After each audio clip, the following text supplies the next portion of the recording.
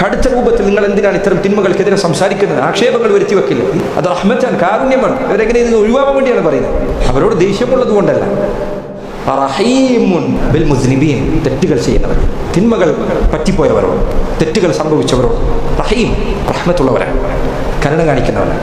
എന്താ കരുണ എന്ന് പറഞ്ഞാൽ? എങ്ങനെ കരുണ കാണിക്കുന്നത്? തെറ്റ് ചെയ്തവരോടാ, ചെയ്ത കുഴപ്പമില്ല എന്ന് പറയലാണോ? അല്ല. നബി സല്ലല്ലാഹു അലൈഹി വസല്ലം പറഞ്ഞു, ഉൻസുർ അഖാക ളാലിമൻ ഔ മദ്ലൂമൻ. അല്ലാഹുവിന്റെ റസൂൽ പറഞ്ഞു, നിന്റെ സഹോദരനെ നീ സഹായിക്കുക, അതിക്രമിയാകട്ടെ അതിക്രമിക്കപ്പെടുന്നവനാകട്ടെ. സഹാബികൾ പറഞ്ഞു, ഫഹാദൽ മദ്ലൂം അമ്മൽ മദ്ലൂം ഫഖദ് അറഫ്നാ. അതിക്രമിക്കപ്പെട്ടവനെ സഹായിക്കണമെന്ന് പറഞ്ഞ് ഞങ്ങൾക്ക് മനസ്സിലായി. എന്നാൽ അതിക്രമിക്കുന്നവനെ എങ്ങനെ സഹായിക്കും? നബി സല്ലല്ലാഹു അലൈഹി വസല്ലം പറഞ്ഞു, അവനെ കൈപിടിക്കണം. അതിക്രമിക്കുന്നവനെ കൈപിടിക്കണം, അത് അവനെ സഹായിക്കണം. ചില ആളുകൾ ചോദിക്കുന്നു, എന്തിനാണ് നിങ്ങൾ ശക്തമായി പറഞ്ഞ കാര്യങ്ങൾക്കെതിരെ സംസാരിക്കുന്നത്? കടുത്ത രൂപത്തിൽ നിങ്ങൾ എന്തിനാണ് ഇത്തരം തിന്മകൾക്കെതിരെ സംസാരിക്കുന്നത്? ആക്ഷേപങ്ങൾ വരുത്തി വെക്കില്ല. ഇല്ല, ഇത് റഹ്മത്താണ്, കാരുണ്യമാണ്. ഇവരെങ്ങനെ ഇത് ഒഴിവാക്കാൻ വേണ്ടിയാണ് പറയുന്നത്. അവരോട് ദേഷ്യമുള്ളത് കൊണ്ടല്ല.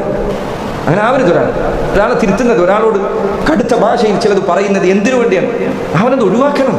അതുകൊണ്ടാണ് ചില പണ്ഡിതന്മാർ പറഞ്ഞു, ഉപദേശങ്ങളിൽ അവസാനത്തെ പടി എന്താണ്? മാറ്റവറ്റാണ്, ഒറ്റ വാക്കിൽ പറയലാണ്. ചിലപ്പോൾ അങ്ങനെ പറയേണ്ടി വരും. റഹ്മത്ത് എന്ന് പറഞ്ഞാൽ അതിന്റെ അർത്ഥം എന്തല്ല? ഇപ്പം ചെയ്യുന്നവനോട് എപ്പോൾ നോക്കിയാൽ ചിരിച്ചു കാണിക്കലാണ്. ഇപ്പോൾ സന്ദർഭങ്ങൾക്ക് അനുസരിച്ച് മാറും. നിന്റെ വാപ്പയാണ് തെറ്റിയത്, എങ്ങനെ പോയി തിരുത്തണ്ടേ? അതിനൊരു രൂപമുണ്ട്.